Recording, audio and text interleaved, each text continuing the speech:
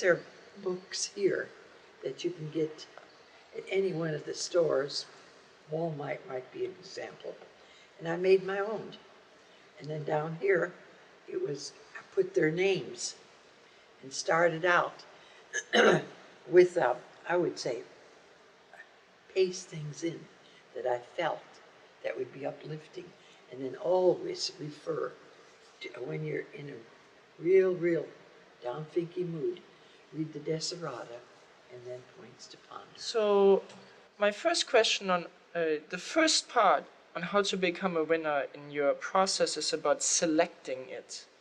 Now, do you think a lot of people do not get what they want out of life because they don't know what they want?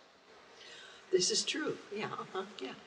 Some people go with the tide, or they're limited on church dogma, that if you want something, it's the work of the devil, and you don't deserve it. A lot of it depends on what your background was, what culture you came from, what was your upbringing. And you have to spend maybe, like I said yesterday, from 1 to 7, you're subjected to your parents' concepts and things. From that point on, you have to make your, then you go in and your peers. I mean, that's important. When is it that you can really say, I want to be myself? And that's when you decide, what is it that you want? We're always influenced. That's a given. And so after you're influenced, what direction do you want to go? What's important to you?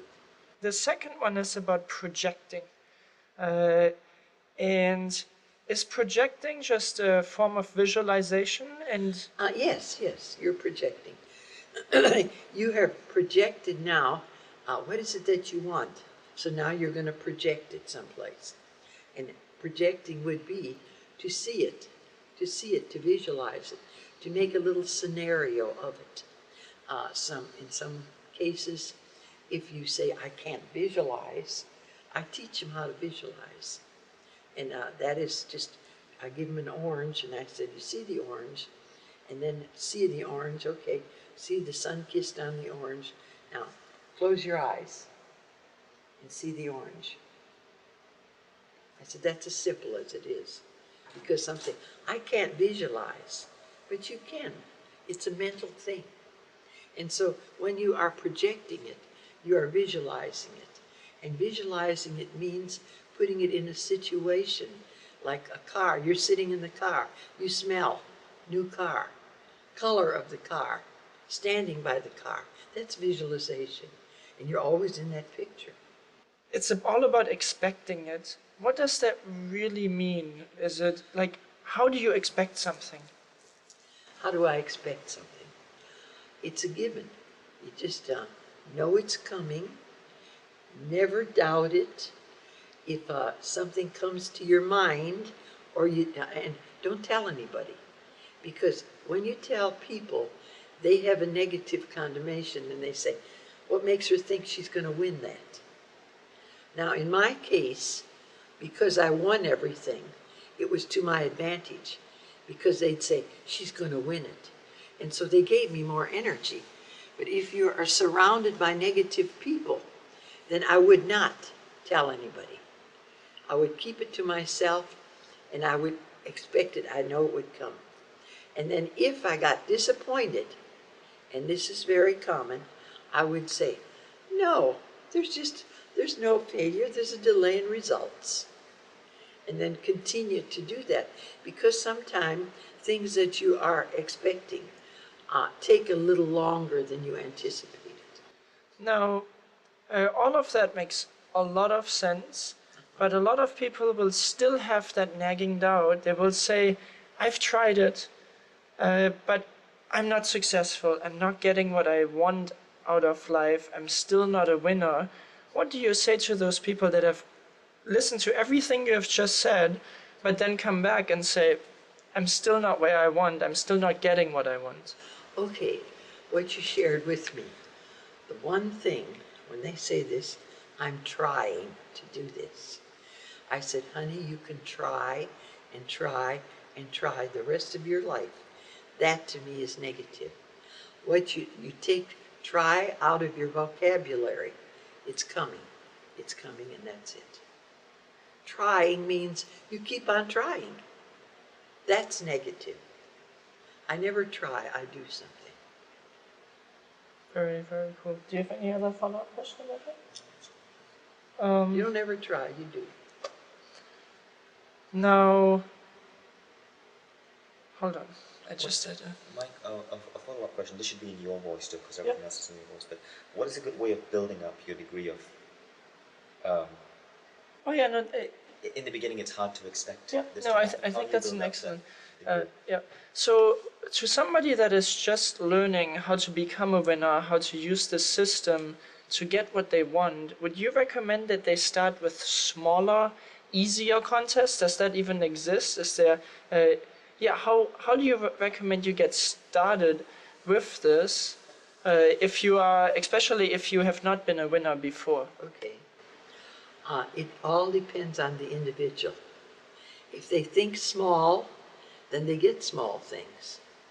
And if this makes you feel comfortable, then start out. I started out with an outboard motor. That was the thing. Then I went back to just bicycles and roller skates and footballs and little stuff that made the kids happy. And then all of a sudden, when we had a decision, let's project for somebody to pay for our vacation every year. So we never paid for our vacation. So we went to dude ranches, to New York, to Europe, to Disney World twice. And so those were leading up to it. Well, then as you win, I guess you'd say you get more confidence. So if the individual feels like, hey, that sounds overwhelming, I think I'm just going to project for something small, then do it. And then build up to it. Every person is different. And so that's what you do. I mean, my husband wanted an outboard motor. And that was the first thing that I thought of. Okay, we'll win it for him.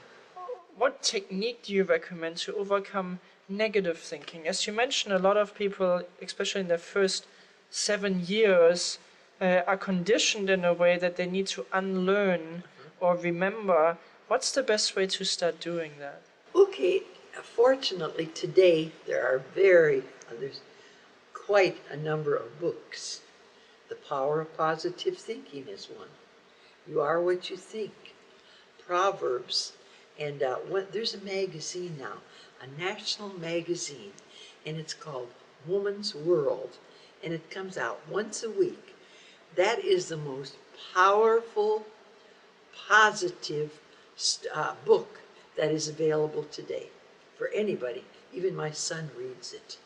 And in this book, on every other page, there are thoughts for the day that are very, very powerful, on love, on protection, on energy, everything they have. It may be repetitious, but it's uplifting. So we look forward to that book. Every time I get it, I give it to my daughter-in-law. I'd have a copy here. But it's Woman's World. Okay. And I can't say enough about that. And you have also mentioned earlier today the law of attraction, which is very similar or identical to the system that you talked about a long time ago. Is there a difference between the law of attraction? Is there something specific that people should do to activate it, or is it everything that you already mentioned in your 4-step process? I don't think it's anything new or anything different. The law of attraction is desire. The minute that you desire something, what you're doing, you're conjuring up energy. And then you're projecting out energy. And so it's not a big secret, but many people don't realize how powerful thinking is. So desire is a criteria. But one of the things that you mentioned just now is that desire is related to energy, and everything is energy and vibrations. And the more energy you send out, the more comes back. So what specific technique would you recommend for somebody to raise their energy? Because it sounds like it's all related to how much energy a person can send out. That's a very good question, because when it follows desire. You have a desire, and if it's a positive desire, it can be negative too, but how much time are you spending on that? How often are you thinking about it? Thought becomes things. And another thing that I need to point out, and that is when you do something with emotion brings it faster, draws it faster to you. Emotion is, well, what you do on emotion, and you can watch a person when they cry or when they sad or when they curse and when they get angry, they're angry. The emotion is intense. And usually when they get very, very angry, and then something happens, because they're so angry that they lose the fact that they're working with an instrument that could be, and cut their hand off or something. This is energy. And I think there is a statistic on it. More accidents in this entire world are caused when somebody is really enraged in anger. Because then they don't look at anything else. They're so caught up in anger. And so when you are projecting and you have energy, like I said, you can even taste it. You can smell it. And that's energy going into a car with the new smell. That's a perfect example of using this more energy, because now you're experiencing it. See, we're touchy, feely, smelly people. I mean, that brings on more energy for us. So if you have the opportunity, especially if you want a car or a new house, you go into a new house and you can smell the new house because the lumber is still exposed. And so that would be more effective. Or if you find an old house, get into it and roam around. And this is my place. That's how I chose when we were going in different areas. When my husband was traveling, I would go to rent a place. I would go in, and my husband said, check it out. And I would go through the house. This doesn't smell good, and I'd leave. So you become, there are all those little things that you have at your disposal that you can utilize. And so this is energy. This is energy directing to it with emotion. Okay. Thank you. Another question that I have is that, especially the positive thinking part, all starts in your mind. Now, a lot of people have a negative mind. How do you just suddenly cancel that? And I'm asking that because a lot of people that I've talked to, they just say they are not even the master of their own mind. How do you become the master of your own mind? Desire. Nobody can do it for you. You can point it out. And Dr. Murphy had a good saying.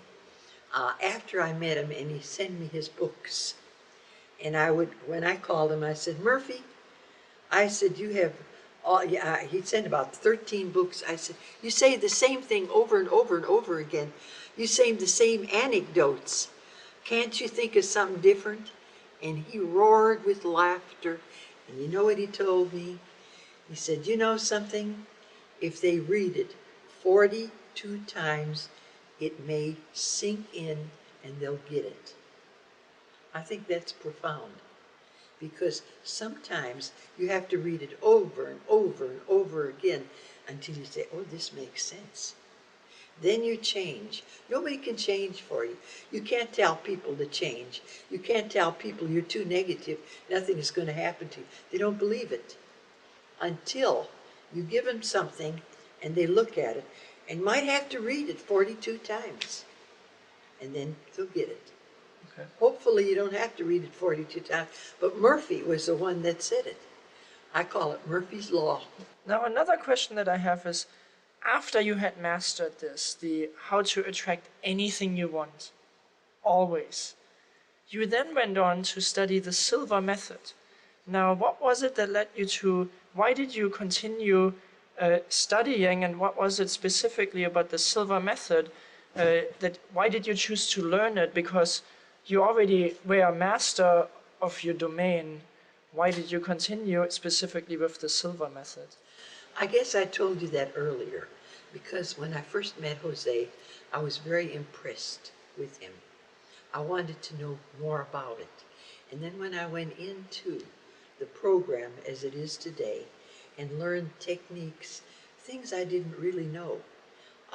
When you're reading that chart, how the brain functioned, valuable, fantastic information. But the information, when you can change energy and you can stop the bleeding, this was profound. Where else would I've ever gotten that technique? And so that's why I was so grateful for it, and I became his PR, just because he impressed me with the knowledge he had and was sharing it with everybody. Wonderful. It was a completely uplifting experience for me. Life is either a daring adventure or nothing. And I guess that's been my philosophy in contesting. And then all of a sudden, I win everything I possibly could win or want. And then I'm bored. So what's next? That's when I got serious about what makes me tick, click, and get sick. What makes you get that way? Why are you that way? Why are people different? I got so intense, inquisitive about that. Then I started on a whole new world of researching.